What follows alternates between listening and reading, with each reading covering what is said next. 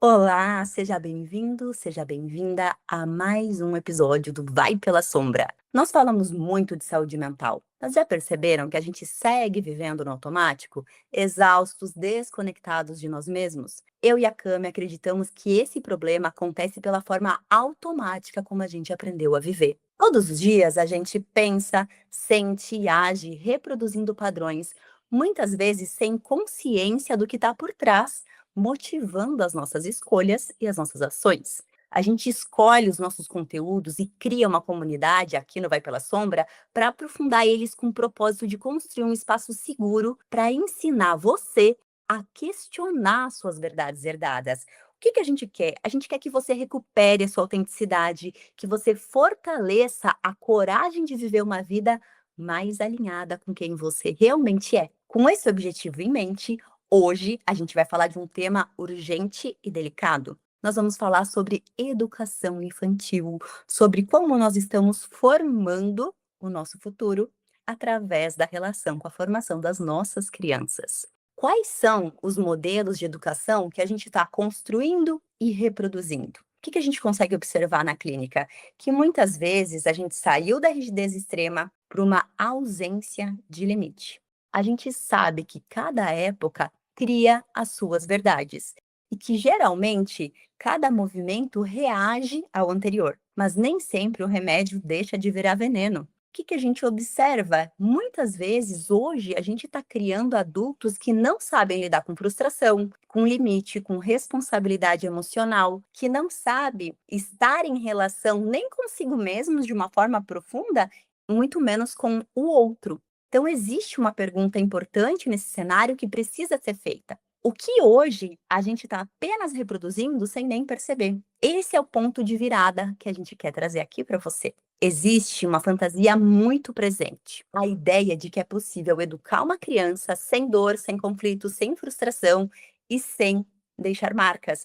É como se o norte de não traumatizar de nenhuma maneira estivesse acima, muitas vezes, da real relação entre um pai e um filho, um educador e um filho. Mas já parou para pensar que talvez justamente essa fantasia é que está gerando tanto esgotamento, tanta culpa, tanta confusão, tanta desconexão com a realidade da vida? Eu entendo que provavelmente você está tentando fazer muito diferente do que viveu, dar mais do que recebeu, ou talvez você chegue exausta do trabalho e sinta culpa por dizer não mais uma vez, e se pegue tentando compensar a ausência, o cansaço e o pouco tempo que você vem com o excesso de permissividade, de agradabilidade. Ou talvez não, talvez você é do time que coloca limites demais, com um medo profundo de perder o controle, tentando seguir cegamente tudo que você leu, tudo que ouviu e tudo que aprendeu. E eu entendo que é com a melhor das boas vontades,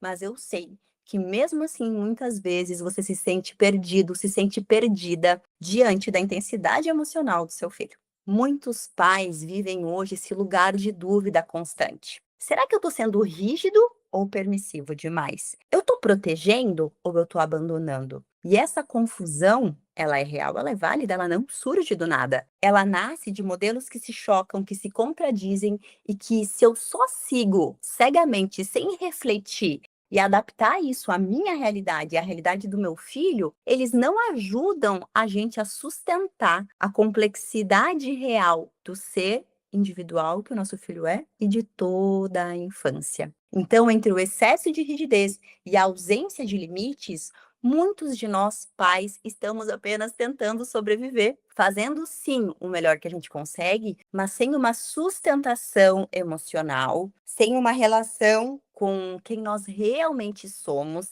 e sem ter condições de lidar com frustração, com choro, com conflito, com educação de um ser. E isso não fala só das nossas crianças, isso fala do quanto nós adultos também não fomos ensinados a lidar com essas experiências.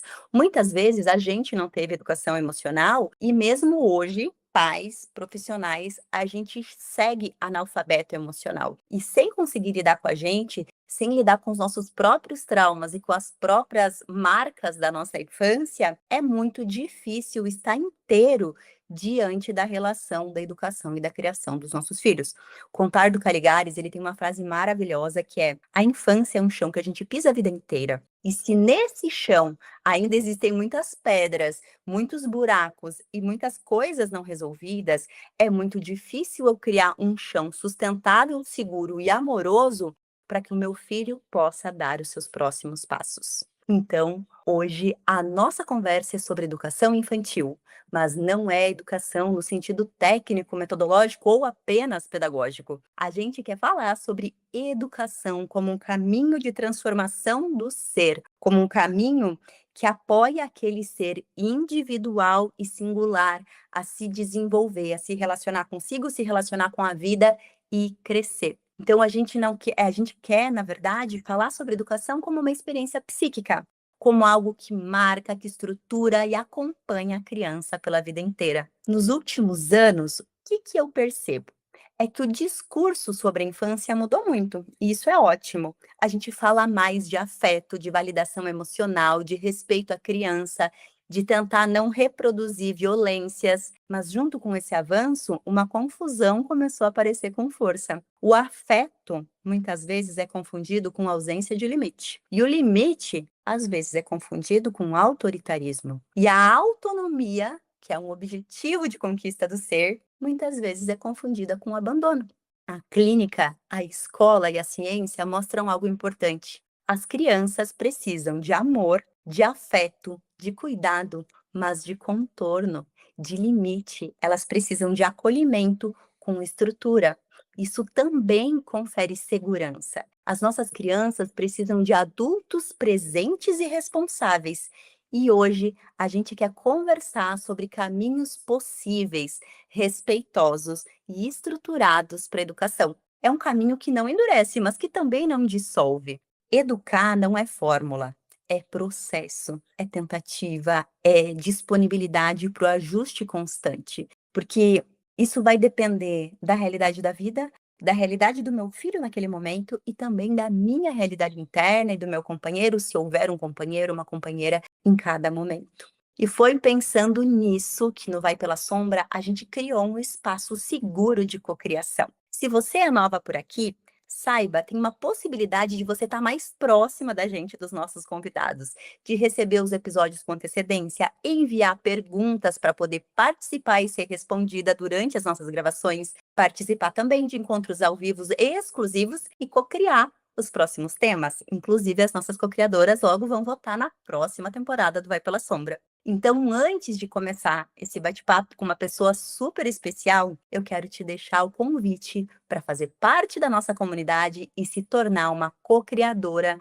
um co-criador do Vai Pela Sombra. Para você que sente que realmente quer ir além, com responsabilidade, seriedade e vínculo, lá no Instagram tem um link da bio explicando exatamente como fazer parte e eu vou adorar poder conviver com você mais de perto. Antes de entrar nesse episódio, fica aqui o meu convite e agora tá na hora de começar uma conversa sobre como educar sem ir tanto aos extremos, construindo um caminho possível, uma dinâmica mais saudável, nem rígida demais e nem solta demais.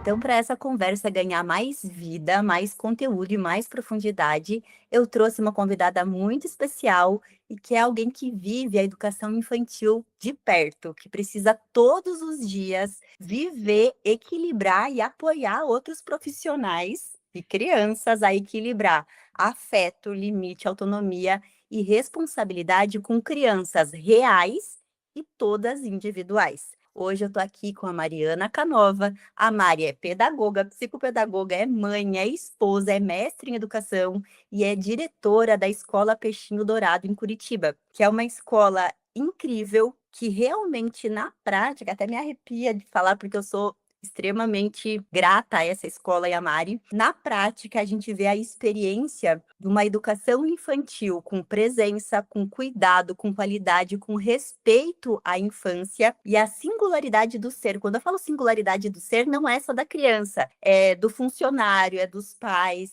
Então, é por a Mari trazer, junto com toda a equipe dela, a possibilidade de uma educação possível e respeitosa, que ela foi a escolhida para estar aqui conversando com vocês e ensinando muita coisa para gente. Então, antes de entrar nos conceitos, eu entendo que existe uma pessoa por trás da Mari, da Peixinho. E eu gostaria muito, Mari, de conhecer e dar a oportunidade para que as pessoas conheçam quem é a Mari por trás desse cargo e o que te levou a fazer da educação infantil um dos caminhos da tua vida. Primeiro, obrigada por estar aqui, Mari. Imagina, tá? É uma alegria estar aqui com você. Nossa, eu me senti tão honrada pelo convite, né? E com essa descrição chique que você deu aí.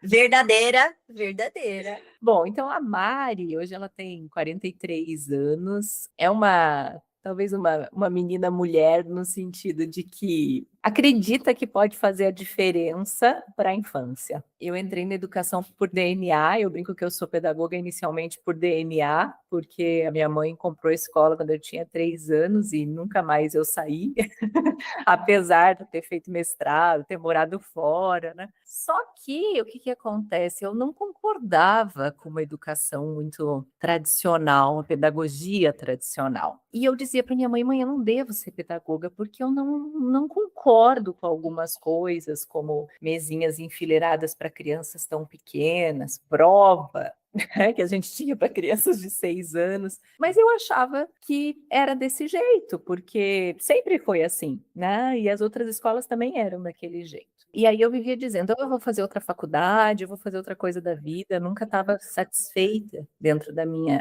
minha função.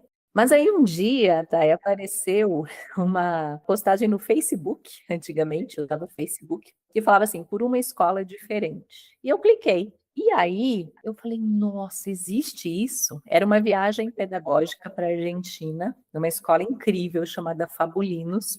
E eu lembro que o Vitor, o meu filho, ele tinha 1 aninho na época, né? E aí eu falei, mãe, vamos, vamos. Aí eu deixei ele aqui com o pai, fui chorando daqui até a Argentina.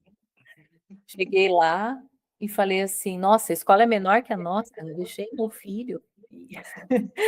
Mas a hora que a diretora Alejandra Dubovik começou a falar, eu comecei a chorar, porque eu entendi que a diferença era a concepção de infância. Então essa Mari, menina, mulher, se encontrou e falou: é isso que eu acredito numa educação mais respeitosa. Naquela época não existia conceito de educação respeitosa, educação positiva, educação, né, permissiva, tradicional e tal, mas eu sabia que eu não queria aquela educação de deixar as crianças amarradas em mesas e cadeiras.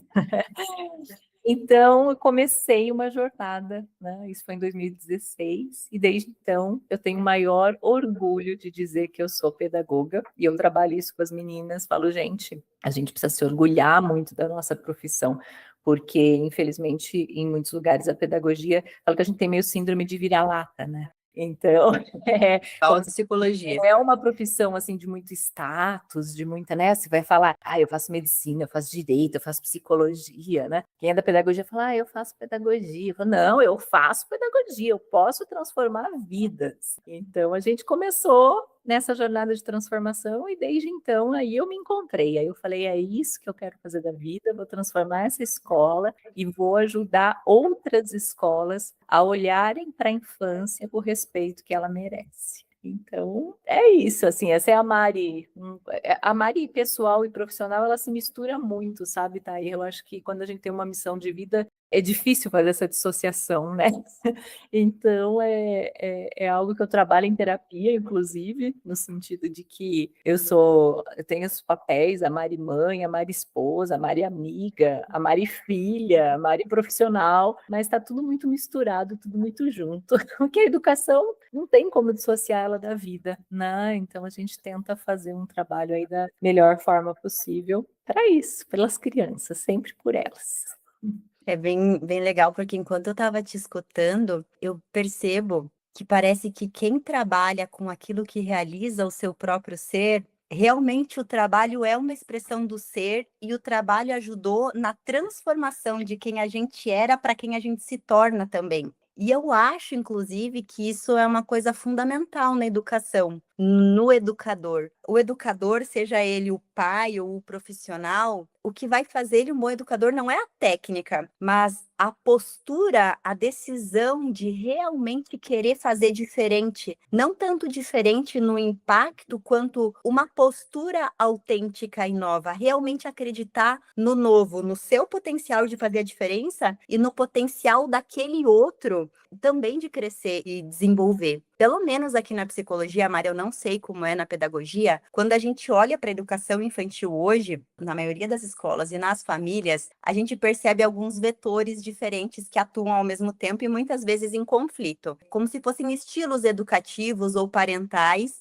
e de forma geral aqui para a gente seriam três, né? Um mais autoritário, com aquele controle, com obediência e pouco espaço emocional, um mais permissivo, marcado por muito afeto, validação, mas nem sempre com uma sustentação de contorno e de limite, e uma possibilidade que a gente tenta trazer, considerando na parte da psicologia mais saudável, do ponto de vista emocional, que seria a tentativa de combinar o afeto, o respeito com borda, com limite claro e consistente. Porque na psicologia, as pesquisas mostram que, quando isso é possível, as crianças crescem com maior segurança emocional, capacidade de autorregulação, sabem lidar melhor com a frustração, com o não, e emerge uma autonomia verdadeira ao longo do desenvolvimento. E quando você olha para a tua experiência concreta, para a prática, você percebe se esses estilos aparecem? Como que a pedagogia olha para tudo isso? E aí uma segunda pergunta, como que tu vê na prática isso aparecendo no comportamento das crianças? Sim, eu percebo claramente essas 3 linhas, e eu vejo uma mudança social, se a gente for pensar, né, porque o que muitas vezes acontece é que, assim, a nossa geração de pais, meu filho hoje tem 10 anos, né, a sua tem 1 aninho e pouco, 2, ele vai fazer 2. A gente veio de um mundo, muitas vezes, extremamente autoritário, né, a maioria dos nossos pais era aquela coisa, mandou tá mandado, não argumente, não questione, é isso e ponto. E aí tem muita família que fala, eu não quero isso para mim. Antigamente, muitos casos, inclusive a violência física era muito presente contra a infância. E aí a gente viu, né, do 8 ao 80. Então vamos sair desse lugar de autoridade, autoritarismo, de que quem manda aqui sou eu, para não. A criança não pode ser traumatizada, então ela precisa escolher tudo, ela tem que se sentir ouvida o tempo inteiro, ela precisa, e eu sempre digo que criança que é regida pelo prazer, a família regida por esse prazer, vive numa zona de conforto que não existe na vida real. Eu falo, se não fosse a minha mãe e meu pai, eu estava até hoje comendo bala, assistindo pica-pau na casa da minha avó, porque era a zona de prazer da minha infância, eu amava aquilo. E aí chegou minha mãe e meu pai e falou, não, minha filha, chega, você vai para a escola, tem que, né, vamos correr atrás da vida, porque não adianta ficar esperando a vida se moldar para você. E na escola a gente percebe muito isso, porque como a escola da infância, ela é a entrada na sociedade, é ali que a criança sai do mundo individual e ela entra no coletivo, você consegue perceber exatamente qual criança entende essas bordas, que você falou muito bem, e qual não entende. Então, existem crianças que entram na escola com 2, 3 anos que elas não sabem o que é a palavra não, elas não entendem essa palavra. E isso eu acho assim extremamente sofrido, porque a vida vai te mostrar esse não. Então, como mãe, como pai, a gente tem essa responsabilidade, sim, né, de colocar esse não respeitoso, né, de forma alguma com agressividade física, emocional, mas falar o não é fundamental, no sentido dessa criança entender esse limite. E ela pode sim ficar triste, ela pode sim ficar frustrada. Não existe problema nenhum em ter uma criança triste.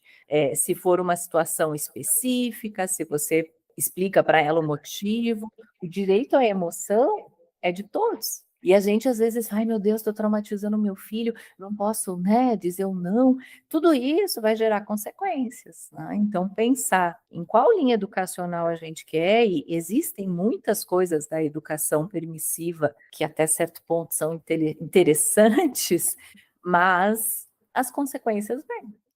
Então, a gente precisa dosar. Esse caminho do meio, na minha opinião, é o melhor que tem. Mari, eu percebo Que às vezes a gente se torna pai, mas não necessariamente a gente amadureceu emocionalmente. Falo mesmo por mim, que em algumas coisas eu me sinto beirando os 40, mas em outras coisas eu percebo que ainda existem dificuldades. E muitas pessoas da nossa geração parece que ainda tentam separar as emoções da vida como certas ou erradas, como se existissem emoções que eu preciso viver e elas significam que eu estou bem, e emoções que fazem mal. E aqui eu veria a tristeza, a frustração, a raiva, que eu, pelo menos eu acho que muitas vezes é difícil a gente bancar, sustentar um lugar onde meu filho vai estar triste ou com raiva ou frustrado, porque eu ainda entendo essas como emoções erradas, como se desenvolver ou ser feliz ou ter saúde emocional fosse um estado pleno de alegria, de aceitação, de compreensão, desentendendo que para um desenvolvimento emocional inteiro de um adulto, eu preciso entristecer, eu preciso da tristeza para aprender a introverter e para se relacionar com o meu mundo interno, eu preciso da raiva para reconhecer o meu limite, o do outro. Eu sempre penso que para uma criança nascer, a mulher precisa lidar muito bem com a raiva, porque para fazer aquela expulsão, se tu for muito boazinha, não sai na base do beijo. E como a gente tem esse maniqueísmo emocional por um analfabetismo emocional nosso mesmo, o quanto fica difícil alfabetizar emocionalmente as crianças e apoiar elas a atravessarem emoções necessárias sem o pânico interno do trauma. Eu lembro quando eu conheci a Peixinho, a gente tinha conhecido 9 escolas. E me chamou muito a atenção o emocionômetro. Queria Sim. que tu falasse um pouquinho disso, porque aí eu conversei com meu marido, eu falei, gente, numa escola que entende que a minha filha é única, que entende que ela tem potencial dentro dela, que a gente precisa criar oportunidade para que ela se revele, e que entende que todas as emoções que existem na vida são necessárias para o desenvolvimento dela e que vão apoiar ela a se relacionar com toda essa paleta de cor emocional, é esse o mundo que eu acredito. Mas na prática, você observa isso também? A dificuldade de nós adultos lidarmos com as nossas emoções e um medo, porque também acho que tem outra coisa da nossa geração, assim, uma ilusão de que o trauma é só ruim, né? Eu sempre penso que como uma fruta leva umas batidinhas, ela dá uma amadurecida. Então não é o trauma, a agressão que vai romper tua psique para sempre, mas as experiências da vida, né? O joelho que ralou tem uma pele mais grossa do que o joelho que não ralou. Então, como a nossa visão distorcida da realidade pode trazer a dificuldade na relação com a realidade daquele filho que vai entristecer, que precisa do não, que vai se frustrar, que vai querer colocar os dedos na tomada. Como que tu vê isso na prática, Mari? Então, acho que você falou coisas muito legais. Primeiro eu vou falar do emocionômetro, depois eu vou falar do joelho ralado, tá? O emocionômetro é um recurso que a gente tem na escola que funciona desde o berçário, no sentido da criança dizer que se ela está brava, saber se posicionar, dizer qual emoção ela está sentindo. E isso tem muito a ver com o conceito de interocepção, que eu trouxe da terapia ocupacional, mas que eu acho que faz todo sentido para a pedagogia e para a psicopedagogia e para a psicologia, que é compreender o que acontece dentro do seu corpo.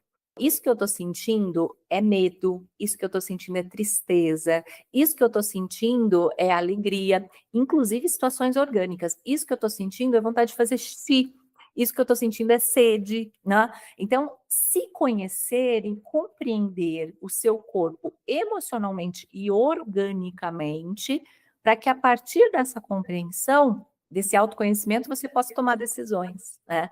E quando a gente faz isso desde a primeira infância, é muito mais fácil. Porque possivelmente você deve conhecer uma pessoa que, por exemplo, quando sente ansiedade, vai comer, sendo que ansiedade e fome são coisas diferentes, né? E aí, se você desenvolve essa educação emocional e de autoconhecimento mesmo emocional e orgânico desde a infância, fica muito mais fácil, né? Você vai sim continuar sentindo raiva, medo, tristeza. Não estou falando que você não vai sentir, mas você vai parar e vai se perceber. E vai dizer assim, como aconteceu com meu filho: Filho, eu preciso conversar com você. Ele: Mãe, eu posso comer primeiro, depois a gente conversa? Porque ele sabia que a conversa era mais séria e ele, quando está com fome, fica mais irritado. A maioria das pessoas ficam. Então, ter esse autoconhecimento de parar e perceber: peraí, eu já vou falar com você, deixa eu comer, porque organicamente o meu corpo está pedindo um pouco mais, né, de glicose aqui. Então, você vai ajudando a criança a se perceber. E sabe, tá? É lindo. Eu falo assim que eu sou apaixonada por ver as crianças se posicionando, né? Eu escuto muito das escolas de ensino fundamental, quando as crianças saem do peixinho, que elas saem sabendo letras, números, cores, formas, como qualquer escola de educação infantil. Mas, principalmente, elas saem sabendo resolver problemas, tendo uma criatividade diferenciada, né? E sabendo se posicionar. Então, por exemplo, desde o berçário da turminha ali, pega a Lara, quando um amigo vai lá e pega o brinquedo dela, não é a professora que vai dizer: fulano, devolve o brinquedo para Lara. É: Lara, diga para o seu amigo não, não. Né? Diga que você não gostou. E eu tenho situações assim marcantes, por exemplo, uma vez eu recebi uma auxiliar, ela começou com a gente e lá no Peixinho, assim, a gente faz todo o processo seletivo, aí a gente tem uma semana de vivência para a pessoa conhecer a escola, que é uma escola diferente, e para a gente conhecer a pessoa, principalmente ver se, ok, ela combina conosco, né? E aí, depois dessa uma semana, eu sentei com ela e falei: e aí, o que você achou? E ela olhou para mim, tá? E ela falou assim: essa vivência mudou a minha vida. Aí eu olhei para ela e falei: nossa, uma semana mudou sua vida? Por quê? Ela falou assim: porque eu fiquei com crianças de 3 anos e eu percebi que as crianças de 3 anos sabem se posicionar. Então, eu pensei: por que eu não sei? E eu sofro abuso do meu irmão, abuso emocional muito forte a vida inteira. E a partir dessa semana, eu aprendi que eu posso dizer não para o meu irmão. Então, uma mulher de 20 anos, aprender com crianças de 3 anos a se posicionar e a transformação que isso ocasiona para a vida é lindíssimo de perceber, né? Então eu digo que a gente aprende muito com a infância, né?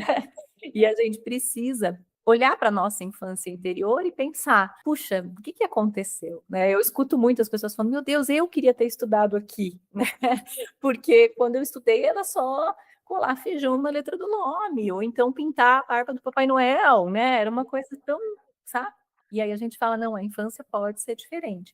Então, trabalhar com o emocional com crianças tão pequenas é fundamental por isso, né?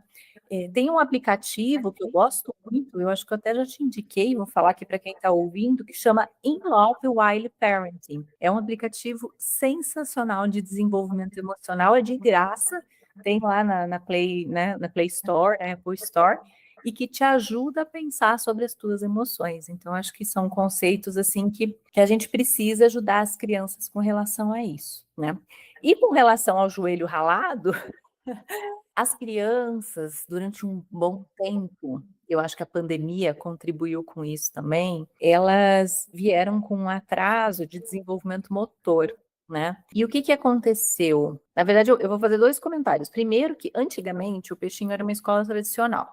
Portanto, a gente privava as crianças de se machucar, no sentido assim, era muito bebê conforto, colo, cadeirão, era um movimento muito de proteção. Eu tinha EVA nas paredes, assim, para a criança não bater a cabeça, sabe, tá? E eu chamava emergência toda semana. Por quê? Porque a criança não experimentava o próprio corpo. Ela não tinha essa consciência de entender o que o corpo dela faz. Quando você tem um joelho ralado, você passa a perceber os limites do seu corpo. Eu não estou dizendo que uma criança precisa necessariamente se machucar o tempo inteiro para ela entender esse limite. Mas a gestão, a gente fala assim, que colocar as crianças em pequenos riscos calculados vai impedir perigos futuros. Então, são as cicatrizes, as pequenas cicatrizes que evitam grandes traumas.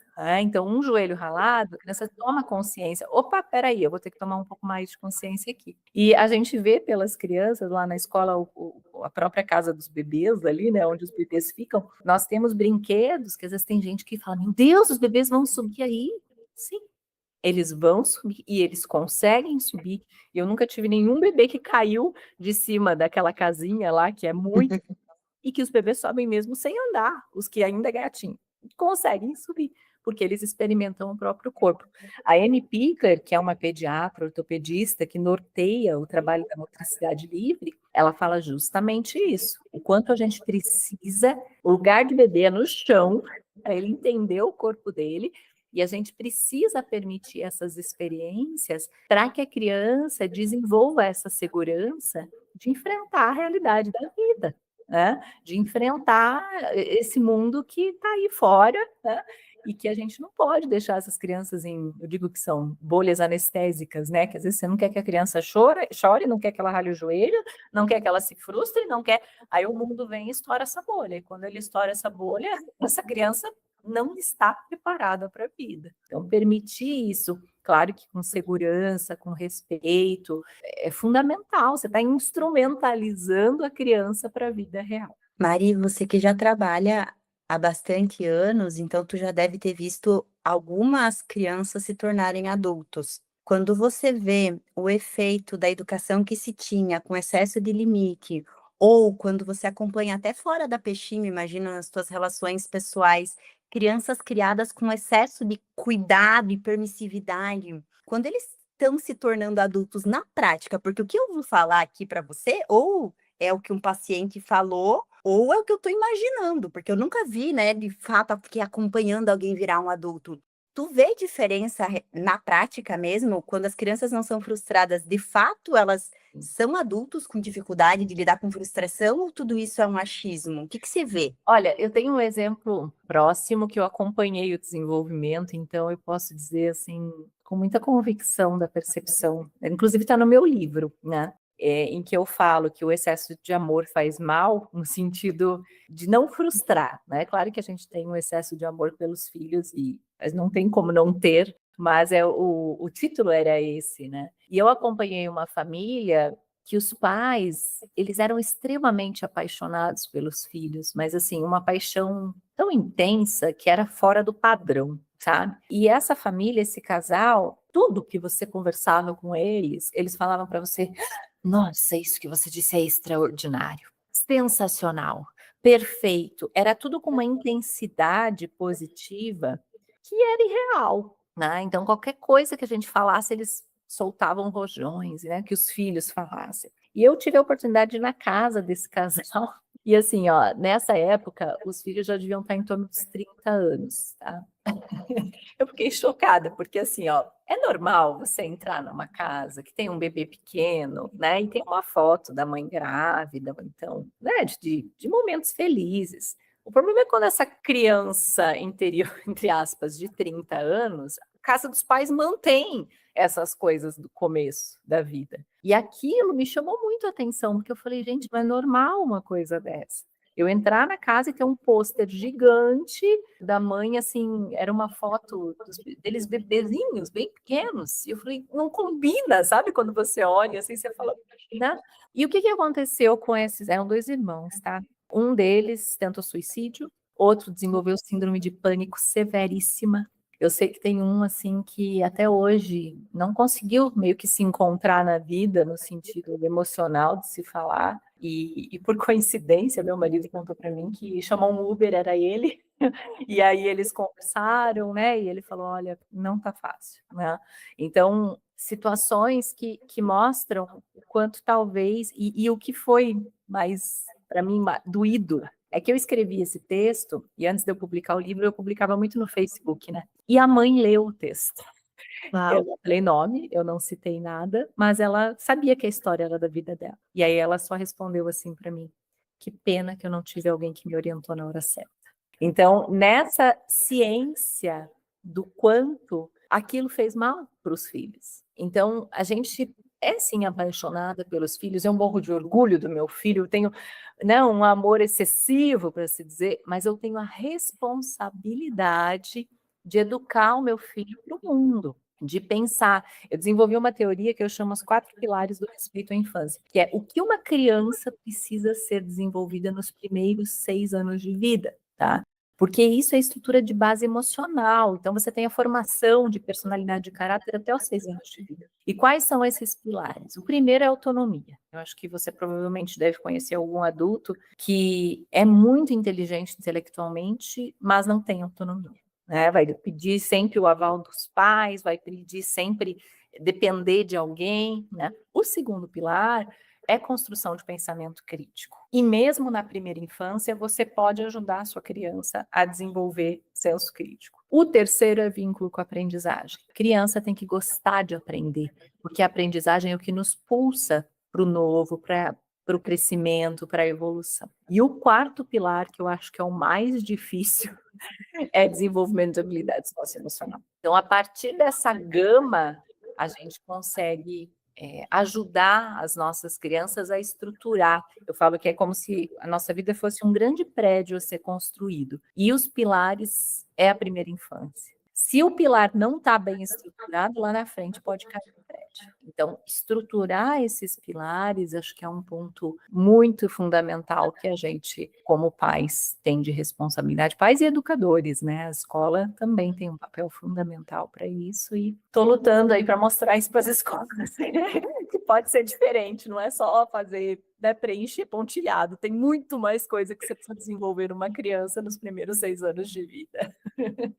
Mari, uma coisa que me chama atenção na realidade do nosso país é que cada vez mais se pulula verdades absolutas, seja sobre economia, política, religião. Tu consegue trazer qual que é a importância do desenvolvimento do pensamento crítico para que a criança se torne um adulto capaz de estar na realidade sem acabar tendo a sua vida toda conduzida por essas verdades absolutas depois? Vou usar um exemplo bem real e bem chulo, se for dizer, mas quer ver? Jogo do tigrinho. No sentido Ótimo. que as pessoas entram ali porque elas não param para pensar, elas não conseguem entender o que está por trás disso. Pode parecer um exemplo muito, mas eu falo, gente, como que as pessoas entram nisso, né? Ou então, às vezes, muitas mulheres que acabam sendo levadas por amores imaginários aí, por golpes, né, que vêm pela internet. Ou mesmo situações de próprio amores narcisistas, em que as pessoas não param para pensar, né? E você, quando você vê, você está sendo levada numa relação tóxica sem você perceber. Então, eu acho que o pensamento crítico, ele é chave para muita coisa. Você parar, peraí, não é que você seja desconfiado o tempo inteiro, não é isso que eu estou dizendo. Eu acredito nas pessoas, mas eu paro e penso, opa, deixa eu ver se isso aqui é real ou não é. Estou migrando os meus cursos, eu tenho uns cursos online, né? E aí uma plataforma me procurou e tal, falou, olha, Mari, eu vejo um potencial e tal. Aí eu nunca tinha ouvido falar da plataforma, né? Aí eu falei, não, vamos lá, deixa eu pesquisar primeiro, antes de qualquer coisa, fui pesquisar o que era e perguntei, né, para um monte de informação, fui atrás, aí, ok, não, é válido, entendi, observei, né? Aí quando eu fui conversar com a moça, falei, tá bom, aceito a mensagem dela, deixa eu te explicar o que é a plataforma. Eu falei, você não precisa me explicar, eu já fui atrás, você acha que eu vou aceitar só, né? Deixa eu ver se eu libero a minha comunicação com alguém que faz sentido, né? Então, você ter peraí, deixa eu ver se é real ou não. Ainda mais com esse mundo virtual, que é muito fácil, os acessos às pessoas e tudo mais. Então, a gente tem que estar...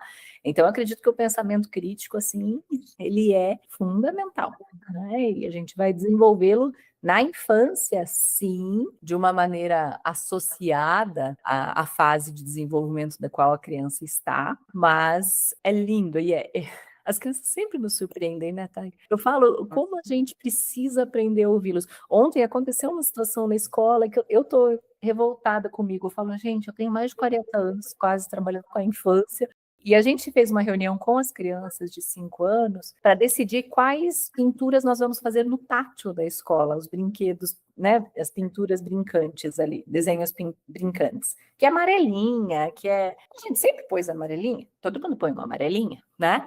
A gente colocou um caracol, e aí, conversando com eles trouxeram tantas ideias que eu parei, Mari, por que a gente não coloca um riacho onde tem alguns peixinhos espelhados com números e a gente pode aprender e pular junto? Aí eu falei assim, como que eu não perguntei isso antes para eles?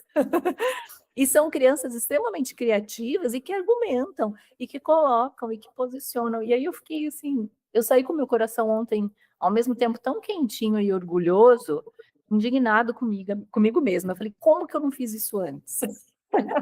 Porque eles são capazes, basta você fazer as perguntas certas. As pessoas às vezes não perguntam para a infância. Então, quando você recebe respostas, eu tenho lá, não sei se você já viu na escola, mas assim, a gente perguntou para as crianças aonde as emoções estão no corpo. E aí uma delas fala assim: a alegria está na perna, porque a gente pula quando está feliz. A raiva está na garganta, porque a gente grita muito forte, né? A tristeza, essa é que eu mais gosto. A tristeza está nas mãos, porque é onde a gente enxuga as lágrimas. Então, são crianças de 3 anos, 3 para 4 anos, que trazem respostas incríveis. Mas por quê? Porque as perguntas são feitas. E quando você faz uma pergunta séria, uma pergunta bem feita, você faz o outro pensar. E o pensamento crítico nasce daí, né? O quanto a gente precisa provocar essas crianças a pensar de forma inteligente, porque as respostas sempre nos surpreendem. A capa da coragem também é um exemplo. Quando a gente tirou a formatura da escola e colocou o ritual de passagem, as crianças usavam beca. E beca é coisa de formatura de adulto. E aí a gente falou, não, nós vamos tirar isso que não combina mais com a escola, isso aí, né? E aí a gente falou, o que que nós vamos botar no lugar? Juro, Thay, nenhum adulto conseguiu pensar em alguma ideia. E numa conversa com o grupo de crianças, a Laura falou assim, Mari, a gente precisa capa da coragem para ir para a nova escola. E hoje eles desenham eles corajosos, é um ritual que eles ganham a capa da coragem, com o pozinho da coragem, e vão, eu brinco que eles saem do aquário e vão para o oceano. Né? E aí aquilo é tão simbólico, e é uma ideia que nasceu de uma criança, porque o adulto não consegue, a gente já está com a cabeça poluída socialmente falando, né? E a gente não consegue ter ideias como eles têm. Então, se a gente faz as perguntas certas e a gente está aberto a escutar, isso contribui com o mundo. Né? Tem um livro que eu amo, que é Se as Crianças Governassem o Mundo. Aí é tão incrível, eu falo, gente, acho que o mundo ia ser muito melhor. Mari, mas na prática, o que que aconteceu na nossa adultos relação com a realidade que foi minando a nossa criatividade, a nossa capacidade de pensar em novas soluções, a ponto de a gente ficar tão refém do outro, do que o outro diz, da sociedade, do livro,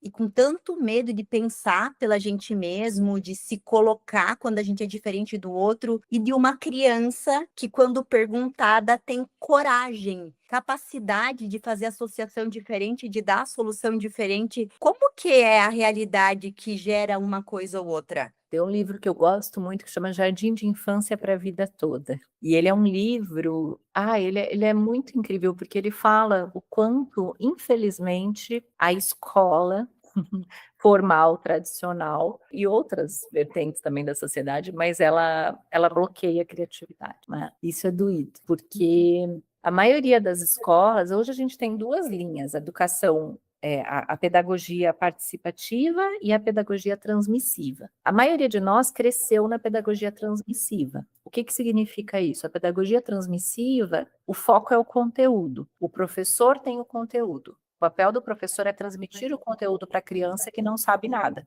né? Porque ela é uma tábula rasa. Então, ela tem que ficar sentada na mesa, na cadeira ali, escutando o professor, né? Falar o que ele sabe e ela não sabe nada. Na pedagogia participativa, a gente entende que a criança é um ser potente, um ser capaz e que vai participar do processo. Então, quando você coloca a criança nessa posição de que ela é competente, ela vai te mostrar. Porque é exatamente esses exemplos que eu te dei das perguntas inteligentes que a gente faz. A criança tem muitas respostas. Mas se você cresce num mundo sabendo que você não tem conhecimento, que é o outro que vai te transmitir esse conhecimento, que você só pode ter 2 sentidos ativados, que é a visão e a audição, em ficar escutando e vendo o professor, você vai atrofiando esse movimento criativo.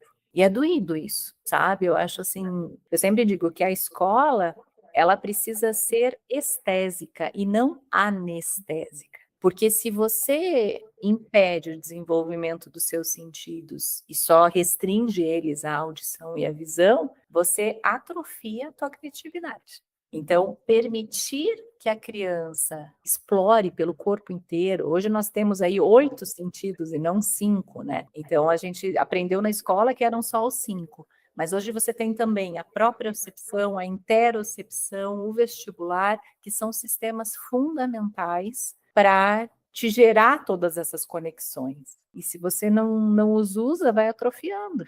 Então, eu acho que tem uma relação muito próxima, assim, a nós adultos, que deixamos de usar toda essa criatividade, porque socialmente falando, a gente pode ser julgado, né? A gente não foi estimulado a desenvolver essa criatividade. Acho que é isso que acontece, né? Uma união da escola muito tradicional, e é um sistema de ensino padronizado, para a sociedade como um todo, porque você começa a ficar com medo, né, de ser julgado, de ser, né, fala, puxa, eu tenho ali regras sociais que eu preciso, e realmente é importante, tem muitas regras, eu não posso sair pelada na rua a qualquer momento, estacionar meu carro em qualquer lugar, socialmente falando, a gente tem que ter combinados, mas infelizmente essa criatividade, ela também vai sendo tolhida diante de algumas possibilidades, né, então é um tema, assim, que é doído, mas é real, é o que a gente vê, né? E tem que ir pensando como fazer, o que fazer. Eu tento fazer o meu ali com a primeira infância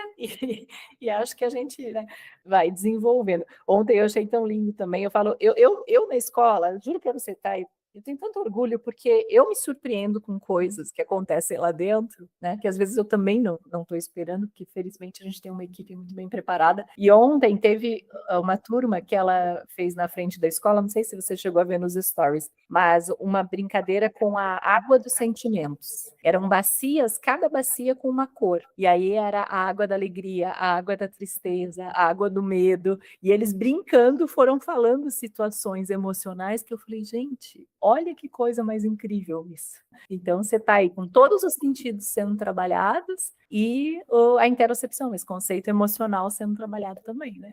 Então, é lindo de ver. A gente se surpreende a cada dia mesmo. E você pode explicar para as nossas ouvintes o que são esses 3 sentidos, Mari? Essa propriocepção, interocepção e o vestibular? Posso, com certeza. Então, a interocepção é essa consciência do que acontece dentro da gente, né? Que foi o que eu comecei falando ali. Então, você está sabendo que o que você está sentindo é medo, é ansiedade, é vontade de fazer xixi, é sede. Então, é essa minha relação interna. A propriocepção é a minha relação do meu corpo com o mundo externo. Então, por exemplo, eu senti, né? Aonde que eu saber desde um conceito de localização até quando eu estou sentada numa cadeira, eu estou sentindo meu quadril, né, pressionado ali, eu estou me vendo com essas bordas que eu tenho na relação com o mundo. E o sistema vestibular é toda a construção de equilíbrio, que é algo fundamental, mas que às vezes a gente não enxerga. A gente, é só, né? Mas quer ver, para você andar, você tem que ter equilíbrio, para você dirigir, para você se localizar, tudo isso tem a ver com o sistema vestibular. Então, permitir essa experiência, esse ano o nosso tema anual é movimento, né? E aí a gente teve uma aula com uma professora doutora da Federal, incrível, a Marinelma, só sobre movimento com as profs, e foi muito legal a aula.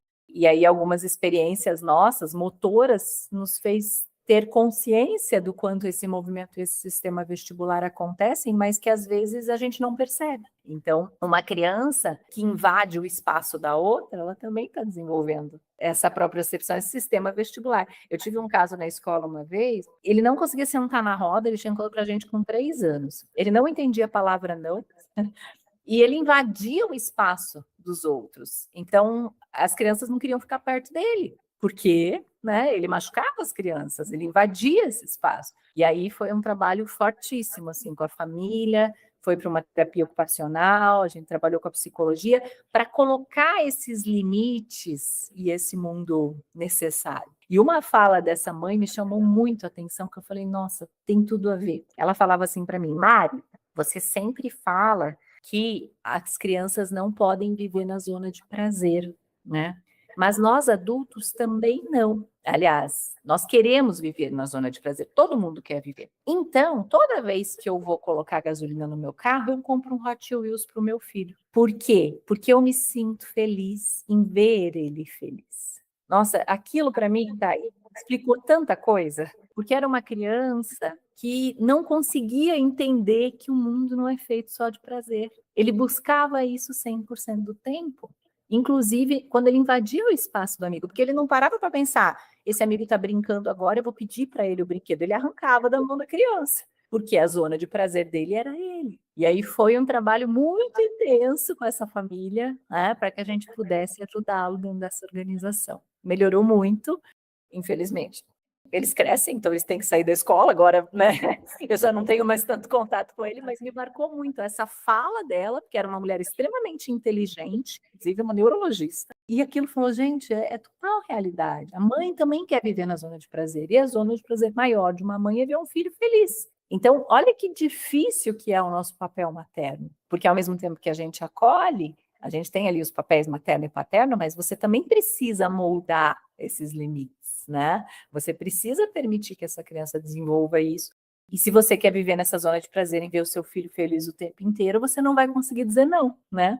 E isso vai gerar consequências para o seu filho. Então é profundo, né? Por isso que eu falo que realmente a maternidade é o encontro com a sombra e incluo a paternidade também, porque uma grande questão hoje dos adultos que eu atendo é conseguir dizer não para o prazer imediato para si mesmos. Então, vem falando que, nossa, eu tô ficando 3 horas só rolando o feed do Instagram, ou passo o final de semana quando eu vejo mergulhei no Netflix, eu preciso comer algo gostoso o tempo todo. Como tá difícil, algumas pessoas falam até do vício em dopamina, mas como é difícil pra gente hoje viver eustesicamente, como você fala, e não anestesiados, o quanto a gente busca muitas vezes o prazer para sobreviver a um cotidiano que nem sempre faz sentido, mas a gente ainda não tem condição de mudar. E no meio disso, um filho. Então, é a gente se anestesiando, a gente pensando, não, eu vou aguentar o mês de fevereiro passar, porque daqui a 10 meses eu vou para Disney. Eu vou aguentar isso passar, porque eu vou sábado comprar uma bolsa. Então, a gente também está muito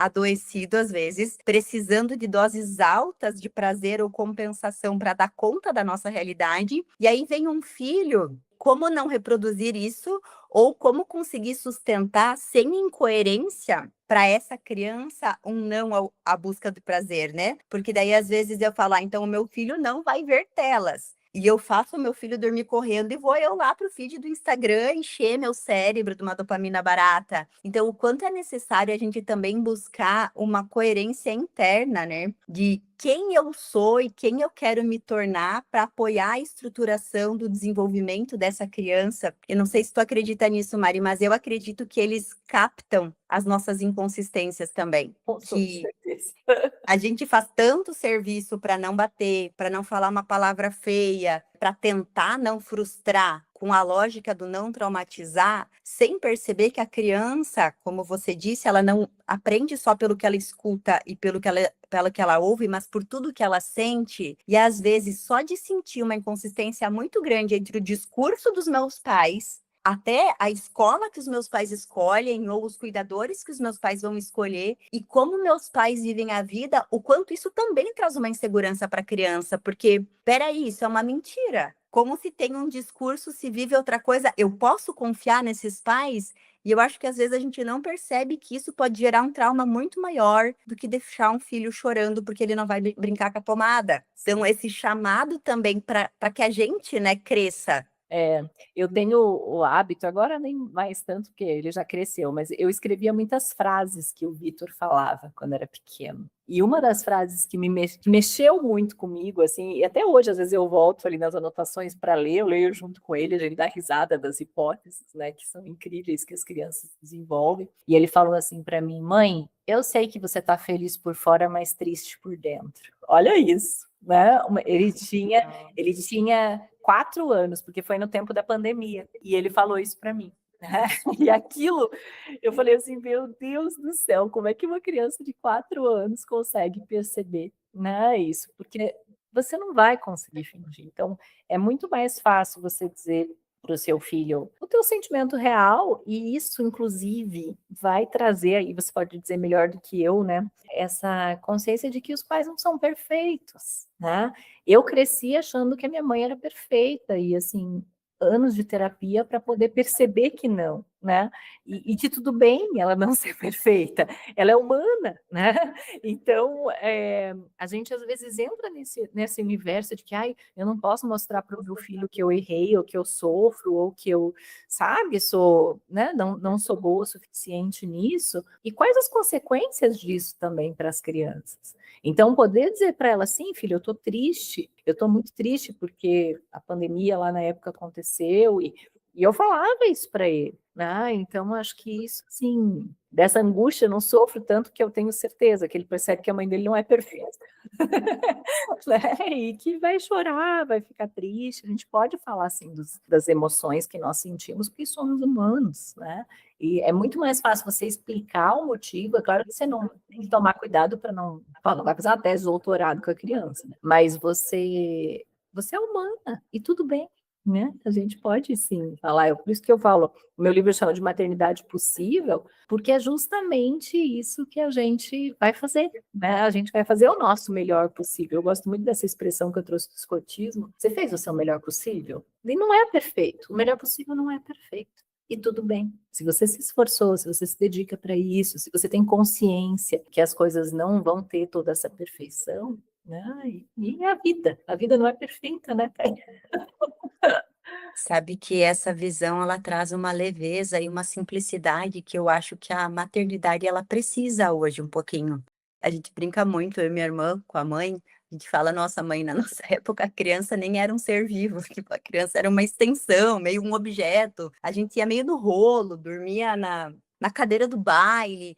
É quase como se os adultos não entendessem que já existia uma mente pensante, própria ali, com um complexo de sentimentos, enfim. Só que eu vejo como tudo parece que vai de um extremo a outro, que hoje parece que vai para um outro lugar. Que antes a criança era só um rabinho ali, ia se batendo junto, só que agora, às vezes, a maternidade ela ocupa um lugar que eu vejo como uma prisão para a mulher e para a própria criança. E eu acho que bate um pouco com a história que tu trouxe, que é de colocar na vossa majestade o bebê, como se isso fosse amor. Eu vejo mais como uma projeção narcísica, de tentar amar naquela criança tudo que eu não recebi, mas faz com que tudo vire uma grande autocobrança.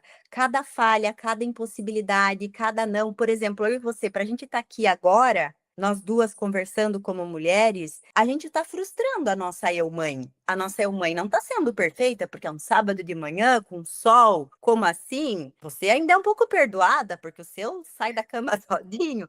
Mas se a gente for olhar, o quantas vezes a gente colocar tudo num lugar de muita perfeição é uma prisão para a gente e para a própria criança. Porque imagina o que é você crescer sendo o tudão da vida de alguém. E se a tua mãe foi muito perfeita, renunciou muito, fez tudo muito certo, que liberdade você tem de crescer se relacionando com a tua própria humanidade, que vai ser limitada, que vai ser falha, que vai ser e que na falha vai poder construir algo novo, porque se for tudo perfeito, não tem crescimento, né? Eu lembro um pouco do Piaget, eu gostava muito do desequilibrar, do momento do desequilibrar. E o quanto quando a gente coloca a maternidade nesse lugar, ou a educação de um filho nesse lugar, que é muito importante, sim, mas é mais uma coisa, e que eu cabo inteira, e que eu vou frustrar e que eu não vou conseguir, e o quanto é importante a minha filha ver que eu não consigo. Porque imagina se ela acha que eu consigo tudo, e em tudo que ela for fazer na vida, ela se cobre conseguir, ela se cobre aceitar, ela se cobre ser feliz. Eu acho que isso acaba sendo uma grande maldição da vida. Tem um conceito que é muito comum na psicologia que fala da mãe desnecessária, dessa mãe mulher comum que tenta, que se frustra, que sabe que não sabe, mas que está ali disposta para a relação, essa disponibilidade diária para a relação e não para o resultado, porque também é tão fácil hoje transformar o filho num troféu. Esses dias me veio um insight a partir de queixas que eu ouvi numa semana, assim, eu atendo muita mãe e reunindo todas as causas de sofrimento ali, eu cheguei num ponto. Como é difícil ter um filho comum. Sim. Causa do sofrimento ali, com filhos de diferentes idades, é que o filho é um humano comum. Como tá a gente colocou a maternidade num lugar hoje que parece que o mínimo é o teu filho ter altas habilidades, o teu filho falar inglês com 6 meses. E aí o filho é um comum, como eu sou uma comum. Eu sou uma comum apaixonada por algumas coisas, você é uma comum apaixonada por algumas coisas. Todos nós somos humanos, apaixonados ou não por algumas coisas. E eu vi ali, gente, o quanto tá sofrimento, quanto o mínimo que tu espera de um filho é que ele seja extraordinário. E aí a gente traz toda a nossa lógica da performance, da produção e do resultado para a maternidade. Eu me torno uma cumpridora de tarefas, como mãe, me cobrando sempre, tem que fazer tudo perfeito e certo, e o meu filho se torna o gabarito, se ele for extraordinário, se eu estou acertando ou não. E o quanto nessa relação mercadológica se perde o vínculo humano. Sim. Muito bem justificado, né? Porque parece que eu estou dando o meu melhor. E parece que é pelo filho. É, quando eu estava grávida, eu fiquei muito chocada e eu até escrevi uma crônica que eu lembro que na época do Facebook lá viralizou, que era: "Meu filho, você não é meu príncipe", né. Porque eu fiquei muito assustada com a quantidade de coroas para você ornamentar o quarto do bebê. E aí eu fiz uma crítica sobre isso.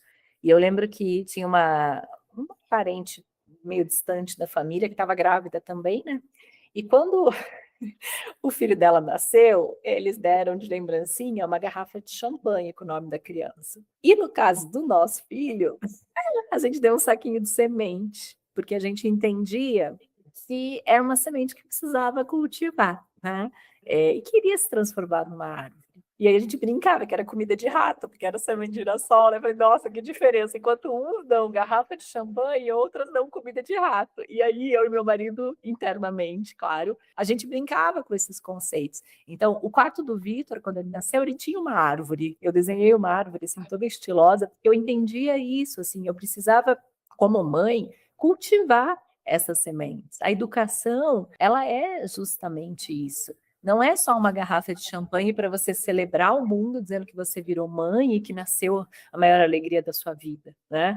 Não estou julgando se a pessoa gosta ou não, mas, assim, são reflexões internas, da gente parar e pensar: "Puxa, olha a responsabilidade que eu tenho de cultivar uma semente, né, eu preciso encontrar uma terra boa, adubada, preciso jogar água, preciso", né, eu tenho um cuidado ali, não é só a celebração.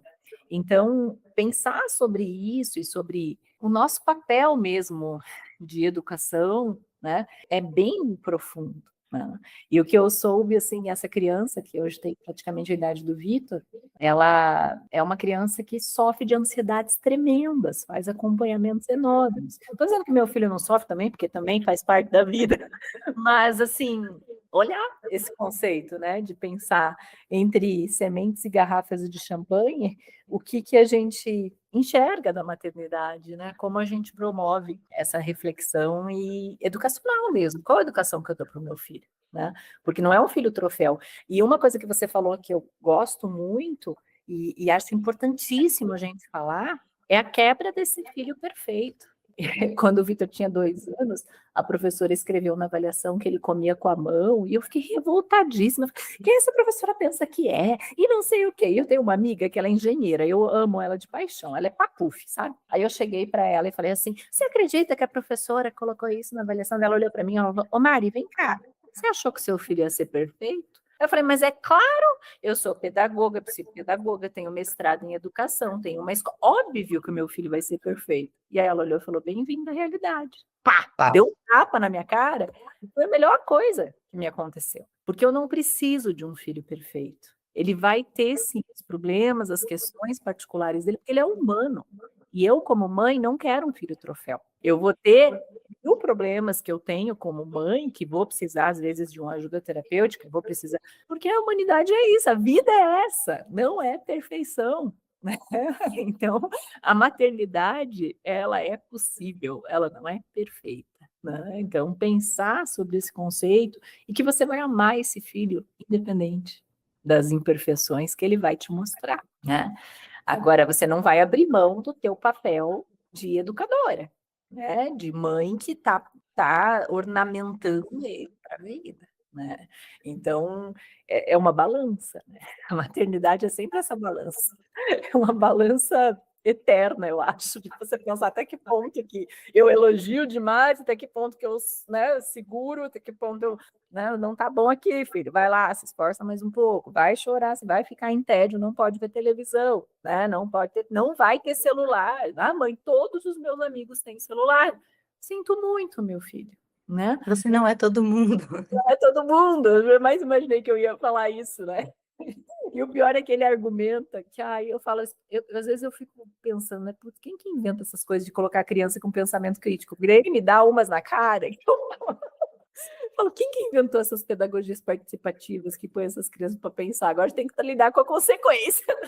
Dá mais trabalho, né? É verdade. Outro dia ele me contou que ele teve uma discussão com um amigo dele aqui, e ele sempre fala, porque o fulano tem 2 celulares, tem videogame disso, tem não sei daquilo aqui. Eu falo, meu filho, você não é todo mundo, você não nasceu na casa dele, e aqui em casa é assim, né? Tem o videogame do pai de 30 anos atrás, se quiser você joga, não vai ter celular, né? Por enquanto, até os 14 anos, enfim. E aí diz que ele falou para o menino, né? Que o menino ficava no celular, aí ele falou, o menino falou para ele, porque você tem uma mãe que não te dá celular. Daí ele olhou para ela e falou, porque minha mãe sabe o malefício que ocasiona uma criança ter celular. Diz que o menino saiu chorando. Eu falei, Vitor, também não exagera, né? Porque ele argumenta e coloca, né? Então, ele quer celular? Claro que ele quer, né? Todos os amigos dele falam, mãe, a gente se junta no condomínio aqui, todo mundo com celular e eu não. Eu falei, mas vocês se juntam por quê? É por causa de ficar no celular? Então vamos jogar bola, vamos brincar de corda, vamos fazer polícia ladrão, vamos, né? E traz sugestões, argumentos. Então ele vai lidando com as consequências, faz parte, né?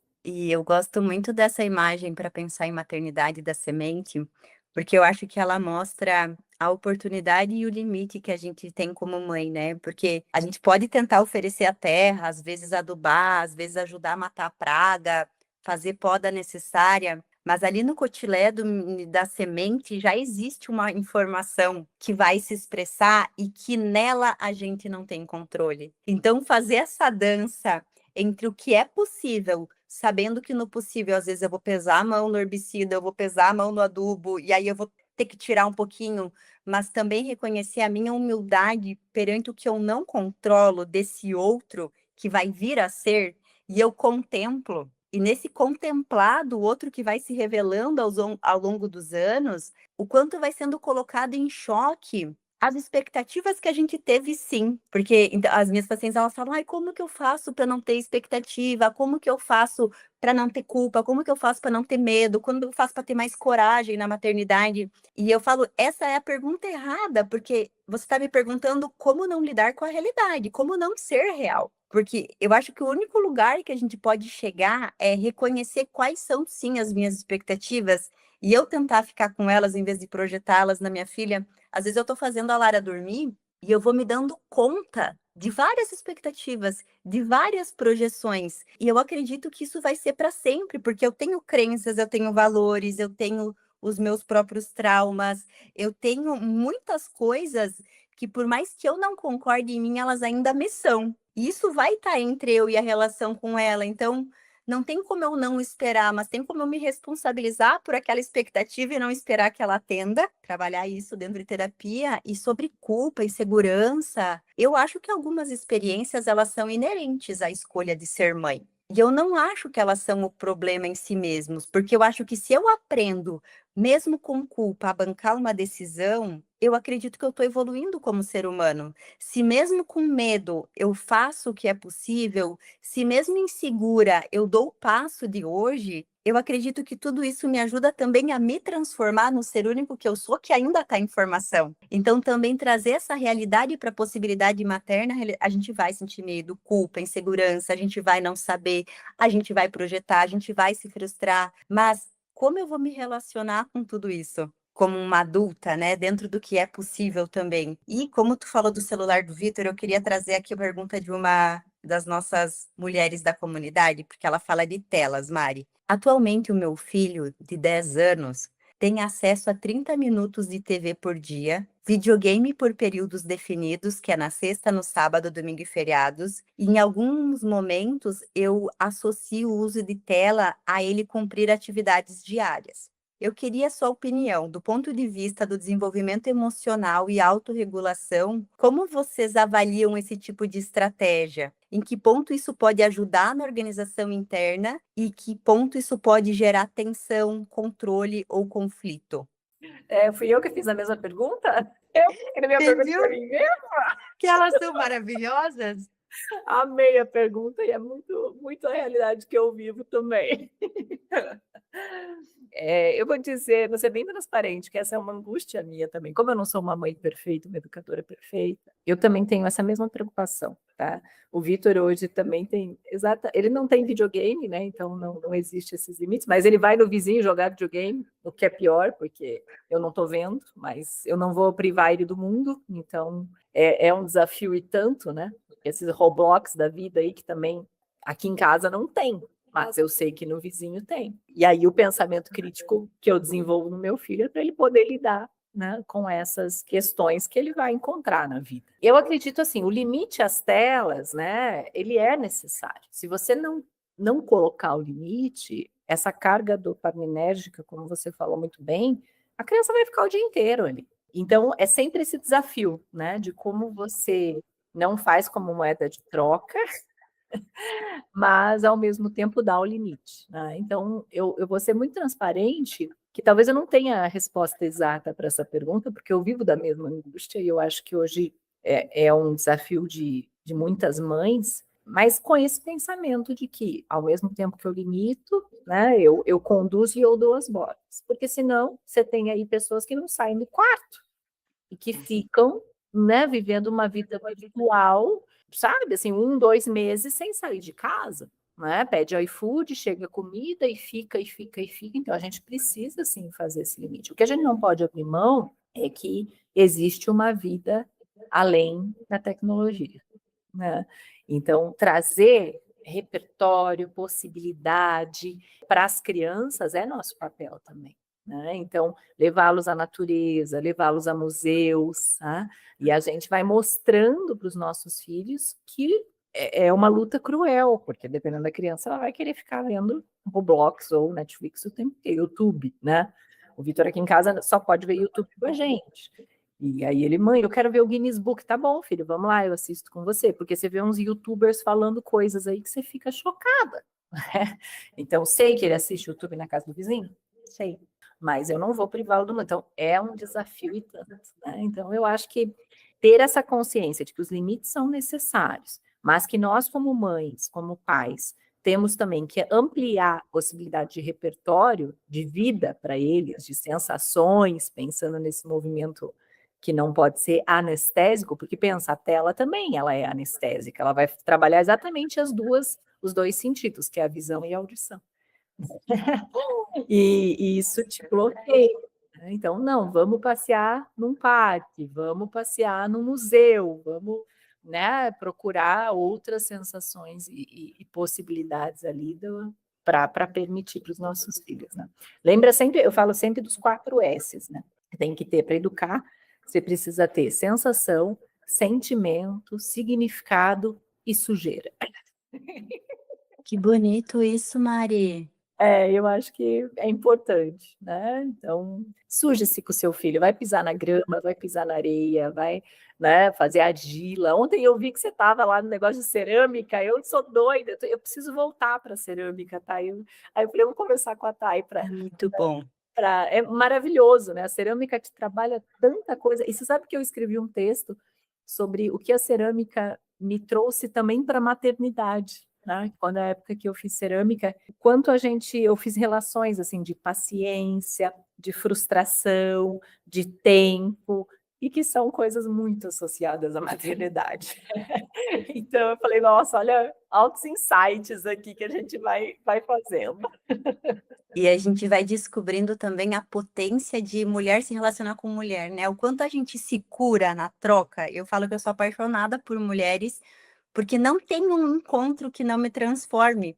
E ouvindo hoje, eu já conheço a Mari, eu já sabia que ela tinha muito conteúdo produzido, mas pensando também, Mari, se tem alguns textos acessíveis, se você puder também disponibilizar eles para a gente levar para nossa comunidade, para pensar também em novos episódios, porque você tem muitos temas que eu acho que poderia apoiar a gente a se formar, a ter o pensamento crítico mesmo depois de adultas, né, já que não foi possível antes. E agora segue a pergunta, Mari, porque ela fala assim, ó: "Mari, a gente também usa algumas atividades como possibilidade de aumentar o tempo de tela.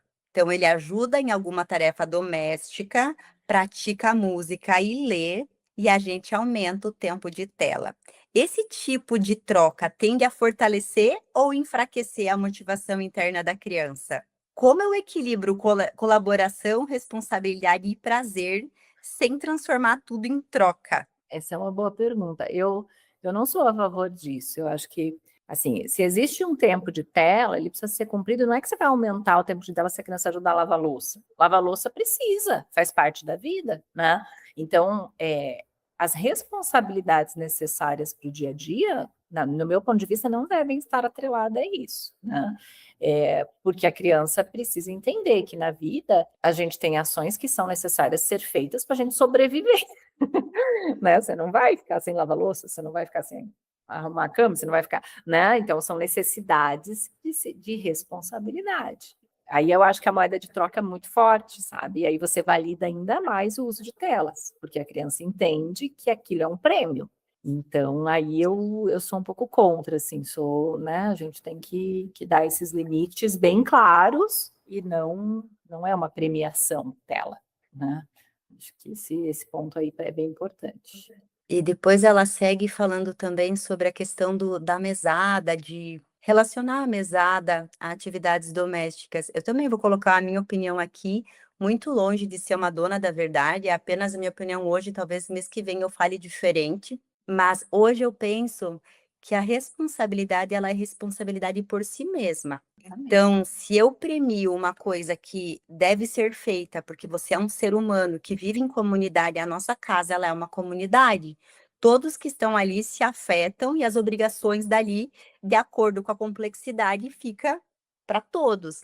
Se eu atribuo que quando um filho lava a louça, eu vou dar dinheiro, eu vou dar tela, eu estou reforçando a lógica da motivação por dopamina. Eu não estou apoiando ele a desenvolver um sistema de autorresponsabilidade, porque eu faço parte do mundo, e Uhum. porque a minha existência afeta o outro, afeta o coletivo, afeta essa casa da mesma forma que essa casa, essa louça me afeta. Eu estou dizendo: "Eu faço para ganhar algo em troca". Como que é essa pessoa quando ela vai para o mercado de trabalho? Ela vai ter um projeto e ela não vai se relacionar com o projeto por ele mesmo, pelo processo, pela possibilidade de aprendizado, porque ela está ali, porque faz parte de uma equipe, porque o outro importa, porque nós somos mamíferos e a gente vive em bando.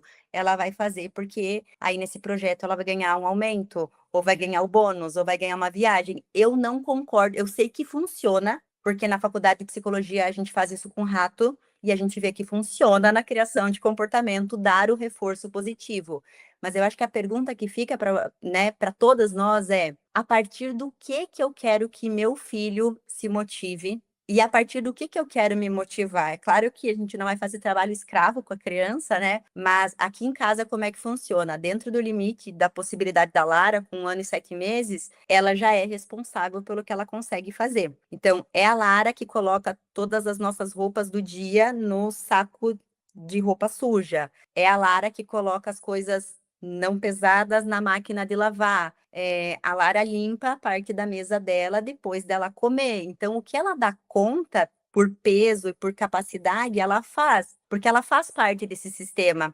E a gente serve a ela, a gente serve a casa e ela também é servida pela casa e serve a casa de volta. Então, a gente tem a vassoura grande, tem a vassourinha pequena, porque eu sofri muito com isso. Eu fui criada para trabalhar sem perceber o quanto a minha relação com o serviço doméstico, com a própria sociedade, o quanto tudo isso também faz parte da minha existência. Eu não tenho orgulho, mas de falar que eu aprendi a lidar com uma casa, com a realidade, com o impacto que a minha vida faz no ambiente, vivendo. E porque o bonito, porque o certo era eu estudar, eu trabalhar e isso. E hoje eu penso diferente, eu quero que a Lara tenha a oportunidade de ser um ser humano funcional, que ela perceba que a relação dela é viva com o ambiente e que algumas coisas elas têm que fazer porque sim, porque ela está consumindo o gás carbônico do mundo. Então, assim, para mim algumas coisas são muito inerentes, né? Não sei como é que tu pensa isso, Mai. Eu concordo com você, acho muito, muito importante. Eu gosto muito do olhar da Montessori para isso. A Montessori, ela foi uma médica que trabalhou com educação, desenvolveu o método Montessori, né? E que contribui com o olhar da abordagem Reggio Emília, que é o que a gente usa na escola, que são 14, 16 autores lá, inclusive a Montessori, que a criança, ela é responsável pelo meio que ela está também, né? Então, ela também, ela não precisa ser servida no sentido assim, recebe tudo pronto, né? Então, a importância dela retirar o prato da mesa, dela ajudar a colocar a mesa, dela ter a vassoura pequenininha, dela, né, poder se sentir. E isso para ela é um orgulho, não é uma obrigação. Eu tenho certeza, conhecendo ela, que ela adora usar a vassoura pequenininha, né? Porque ela Ama. se sente responsável. Então, a construção dessa responsabilidade por meio das nossas atividades diárias, que a gente chama, né, é algo que é natural, né? Aí a gente tem um conceito cultural também que eu acho que pega, sabe, Thay? Porque uma vez eu recebi uma criança, ele era da Áustria, acho que era. Era um país do norte da Europa, não vou lembrar, faz tanto tempo isso. E ele veio fazer um intercâmbio na escola, tá? Porque o pai dele veio para o Brasil e daí ele precisava de uma escola, ele ficou com a gente por acho que deu um mês, 2 meses, pouca coisa assim. E um dia ele sumiu, e eu lembro que a gente ficou em cadê essa criança, onde que ele estava? Ele estava varrendo o refeitório. E aquilo acabou comigo, porque eu parei e pensei, meu Deus, né? Aonde que na nossa cultura a gente ia colocar as crianças para varrer o refeitório, né? Então, assim, culturalmente falando, não é algo que a nossa cultura coloca, né? Eu brinco que lá no Peixinho a gente tem trabalho infantil, né? Quando a gente coloca as crianças para carregar as caixas, quando a gente pede para elas tirar todos os materiais, ajudar a arrumar os territórios e tal. E tem família que às vezes se assusta, no sentido de, meu Deus, aquela caixa é grande e a criança está carregando, não vai se machucar? Não, ela consegue, né? Talvez 2, 3 crianças podem ajudar, e tudo bem, né? A gente vai. Não cheguei ao ponto de fazer as crianças varrerem a escola, que talvez até seja para se pensar, né? Aí eu ia gostar.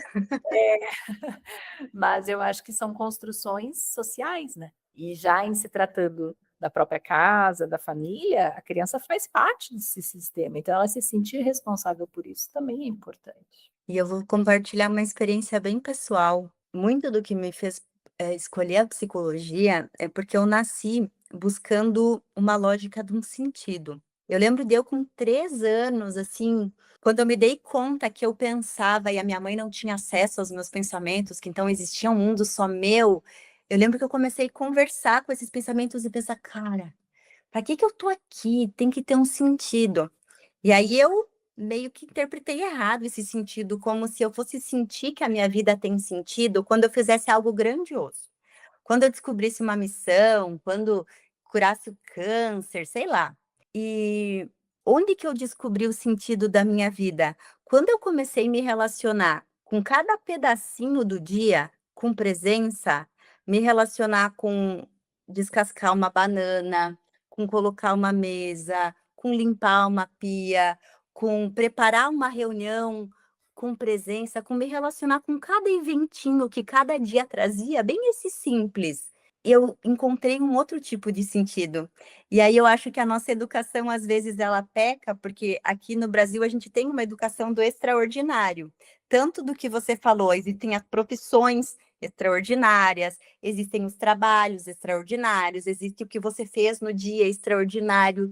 E às vezes o sentido é viver a graça do ordinário, encontrar a graça do fazer pelo fazer, do lavar uma louça pelo lavar uma louça. Então, para mim, é recuperar essa capacidade de estar na vida e entender que cada situação da vida já é essa possibilidade de sentido, foi o que trouxe o que eu buscava em algo fora que nunca veio, sabe? Então, para mim, quando eu ofereço para Lara a oportunidade de estar na vida, de relacionar com a nossa realidade, seja de dar uma comida para um cachorro, de tirar o tempero da horta, de apoiar fazer uma comida, Para mim também é apoiar ela a ver o sagrado do cotidiano, do ordinário. E outra dificuldade que eu vejo muito nos adultos, talvez você também nas crianças, é lidar com o tédio. Sim, Porque e nesse tédio de fazer a mesma coisa, o que ninguém vai ver, o que é o diário, o odiorno, do acender uma luz, do apagar uma luz, do pagar uma conta, e o quanto quando a gente se relaciona com esse tédio, com esse comum, a vida vai ficando um pouquinho extraordinária dentro. sim. E eu acho que a maternidade é isso, né? É. É você lidar com o cotidiano, lidar com o ordinário, lidar com o extraordinário em algumas situações. Então, acho que a maternidade, eu costumo dizer assim que quando a gente vira mãe, a gente começa a sentir o coração fora do peito e a ver as belezas, né, da vida no seu ordinário, né? De uma criança que começa a andar, que começa a comer sozinha, que às vezes te traz argumentos e questões que você fala, meu Deus, eu não acredito que meu filho falou isso, né? E eu acho que a beleza da vida está aí, né? Não está aí. A gente não deve abrir mão, claro, de grandes missões, grandes. Quem sou eu para dizer isso, né? Que sou movida também a. Mas aprender a olhar para o cotidiano e para o básico, para o arroz com feijão, né? Com beleza, também é o nosso papel. E como mãe, eu acho que é o principal, né?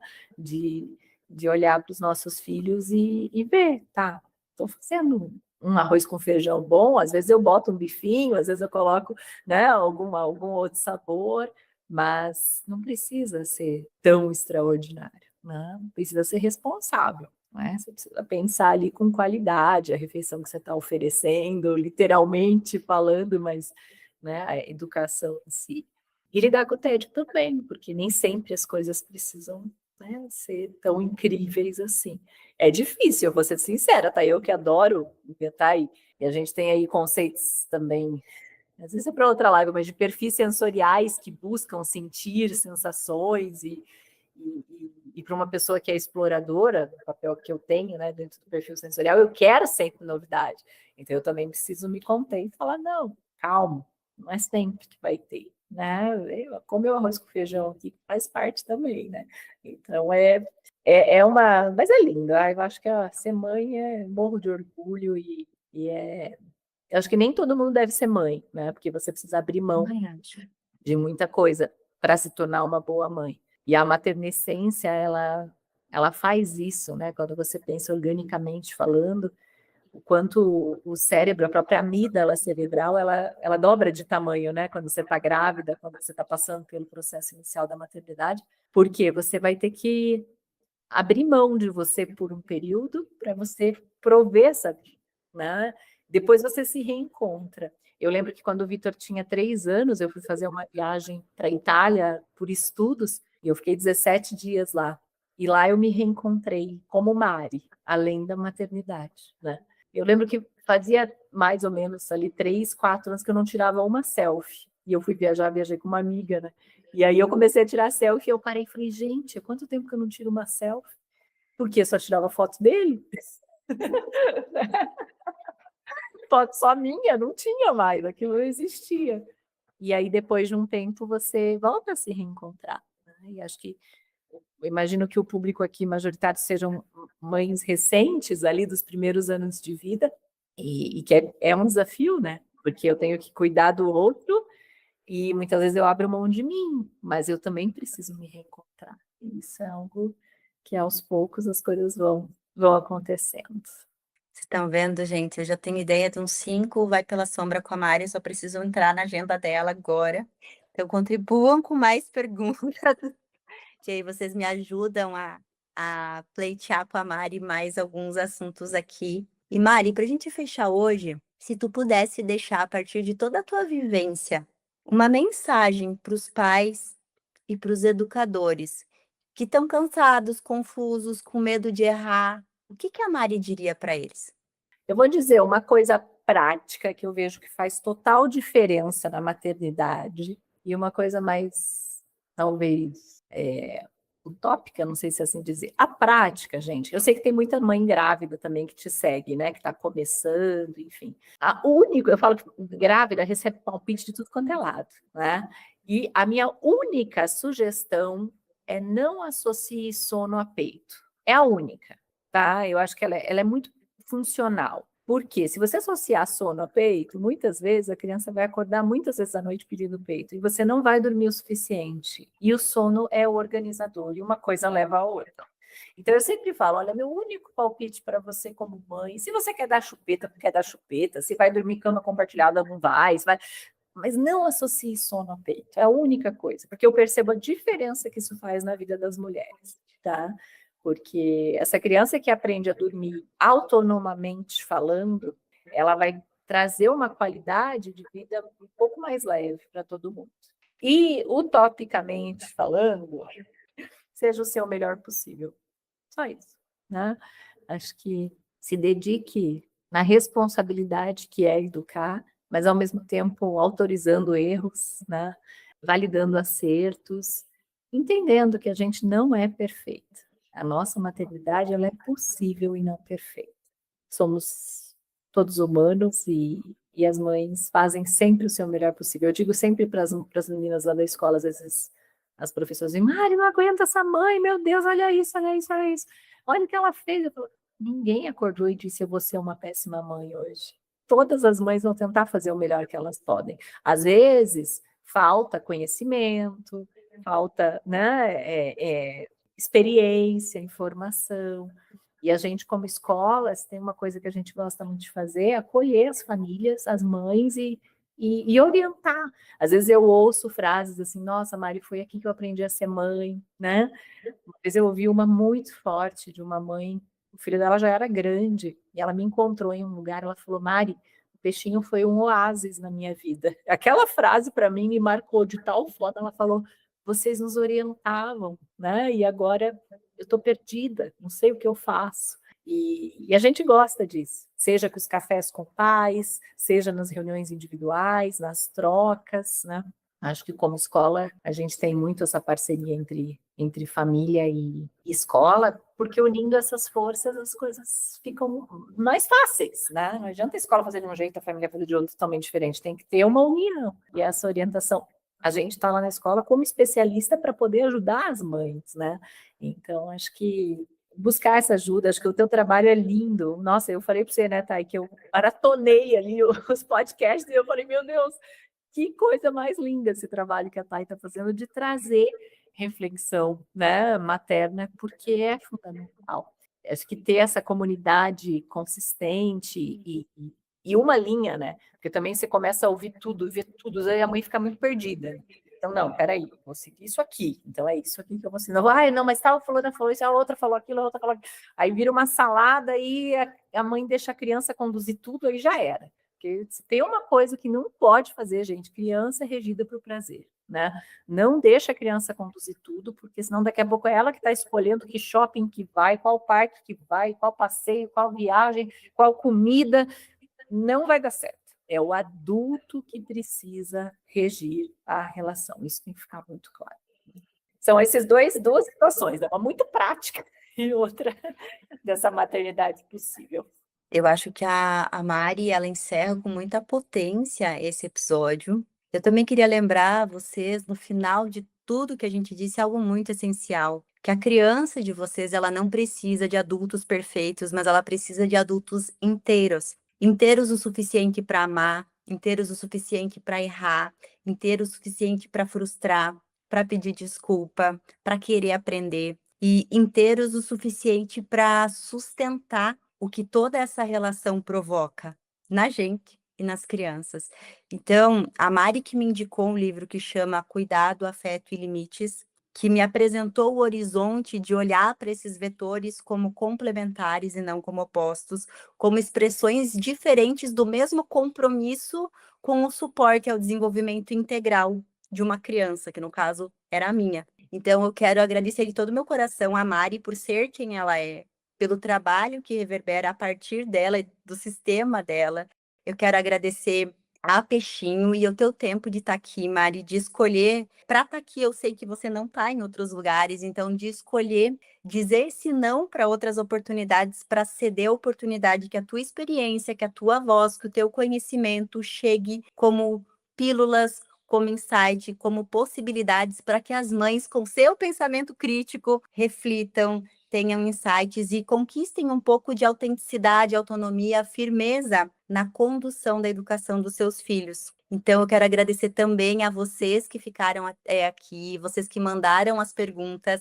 Eu realmente vou conversar com a Mari para ela disponibilizar os textos dela. Eu vou passar o link para quem quiser o livro dela também, da Maternidade Possível, lá na nossa comunidade. E se esse episódio mexeu com você, talvez a pergunta não seja como eu educo melhor, mas quem eu preciso me tornar para sustentar essa relação com a educação do meu filho e com o meu posicionamento com a mãe que eu estou me tornando, porque a mãe de uma criança de 1 ano e 7 meses não é a mesma mãe de alguém de 10 anos, de um adolescente, de um adulto. Então, se você quer seguir essa reflexão com a gente, quer participar do encontro ao vivo que vai ter com as mulheres da comunidade, lembre de acessar o link da bio do Instagram do Vai Pela Sombra. Então, Mari, obrigada mais uma vez. Eu espero te encontrar aqui de novo e te encontrar diariamente como a nossa apoiadora parental na Peixinho. Você gostaria de dizer mais alguma coisa, Mari? Ai, não, tá. Eu acho que lembrar sempre disso, de que talvez